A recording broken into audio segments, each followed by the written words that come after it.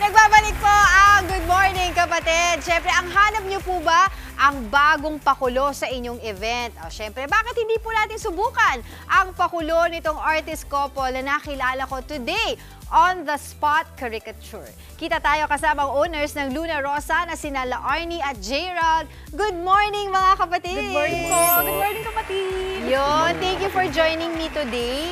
At syempre, inaabangan ko talaga itong ginagawa mong on the spot. Mamaya pag-uusapan natin yan. Pero syempre, kwentuhan niyo muna kami yung ng istorya no, sa likod nitong business ninyo. Bakit ba ito yung naisipan yung gawing business? Diba? At paano? Well, actually po, back then po, may kanya-kanya po kaming buhay.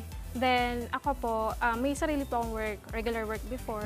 Then, siya naman po, full-time artist na po siya. Then, one time, meron kaming exhibit ng mga artist po kasi po sumasali po kasi ako sa mga event-event. Siya din po. Then, in-invite ko din po siya. So, doon kami nag-meet. Then, kasi po, artist po kasi siya sa caricature. Sa iba't ibang larangan din po, marami po siyang alam. So, doon po ako na-curious sa caricature po kasi ang gagaling po nila. Kasi as an artist po, gusto ko po talaga mag-explore. Then, nag-try po ako na, pwede ba turuan mo ako? Tinanong ko siya, gano'n. Then, tinuruan niya ako. Then, pumunta kami sa isang lugar sa Lukban. Then, nakapag-on the spot ako. Nung una po, medyo nag-ano muna po ako, practice. Practice lang naman talaga sa umpisa eh, diba? Okay. So, pero did you guys attend a formal school ng caricature? Ikaw, Gerald. Kasi ikaw yung nagturo sa kanya, eh, ano diba? po, elementary days pa po. Talagang ilang weeks lang po marunong ka yun. na. Talagang yung mga alam ko po ngayon, galing po dun sa talagang pagdodrawing ko palagi. Tapos yung mga kakilala kong artist, nagtatanong-tanong ako, ganun. So, kailan nyo sinimulan itong caricature business? Bali last year. Last year lang? 2024 po. Kasi nung tinuturuan po niya ako last year po, tinanong niya po ako, sabi niya, what if i-market mo habang tinuturuan pa kita? I-market mo yung ano ko. Oo, yung journey mo din eh, diba? Yes po. Kasi po mahilig din po kasi ako mag-create ng moment po, mag-capture po, ganun po. So, yun po, doon po kami nag-start. So, usually, sino-sino yung mga nagiging client ninyo? Bali po nag-aano po ng mga events, like weddings, birthdays, mga debuts, ganyan. halos lahat po Corporate events. Yes, corporate tapos, po. Tapos on the spot sila magpa-caricature Yes sa inyo. po. So, nagsisilbi na itong souvenir from that party, kumbaga. Yes diba? po. So, ngayon, ang tanong naman, ilang oras ninyo bago buuin ang isang, kunyari, ganitong caricature?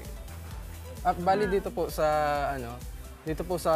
Mag-focus tayo dun sa isa lang. Okay po. Oh, Halimbawa po basic. dito po sa watercolor, inaabot po yan siguro mga half day, ganun.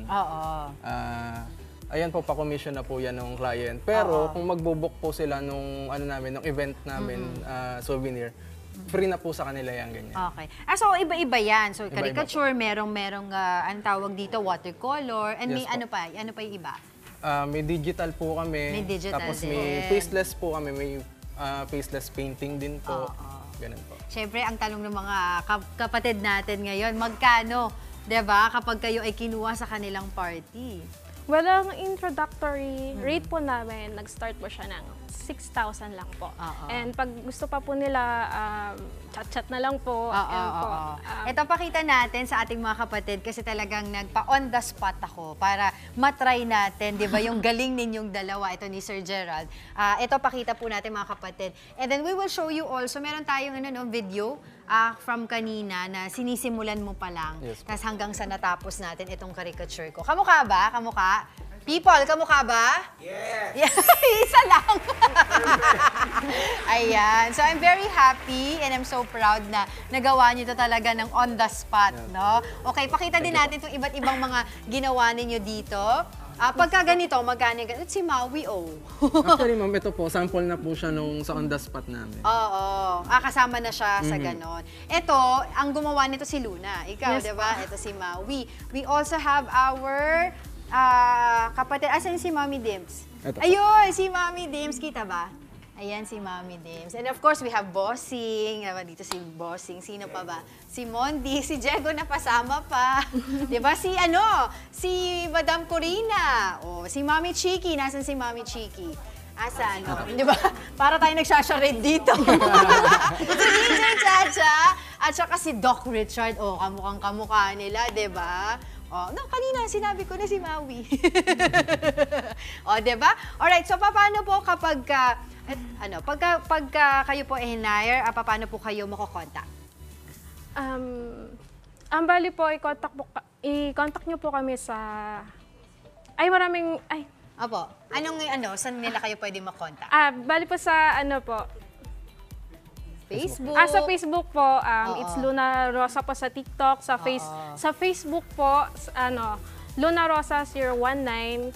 Tapos po, if gusto nyo pong mag-call, 0945-307-9466. At yung sa'yo naman. Yung sa'yo, Gerald. Yes po, bali bukod po dito kasi meron din po kaming, ako po nag-comic book. Lahat ng klase. Yes po. Diba? Tapos Pwede may sketcher din magpa-commission ako. sa'yo, magpa-comic book, Yes and po. kung ano-ano pa na related sa art. Yes po. Diba? Ang makokontak niyo po ako sa Facebook, Jay Sandoval, at yung page ko po, Jay Sandoval Arts. Oo. At doon din po sa kanilang social media ay makikita niyo po yung iba't ibang mga creation nila doon na talaga naman mapapabilib kayong lahat. Maraming salamat La Arnie at Gerald ng Luna Rosa. Thank you so much. Thank you. Mga kapatid, Dimples Romana po, kumpletuhin ang inyong umaga ng mga kwentong puno ng inspirasyon. Salubungin po ang bawat araw ng may ngiti at pag-asa. Kaya't mag-subscribe na po at mag-follow na sa aming social media pages ng News 5.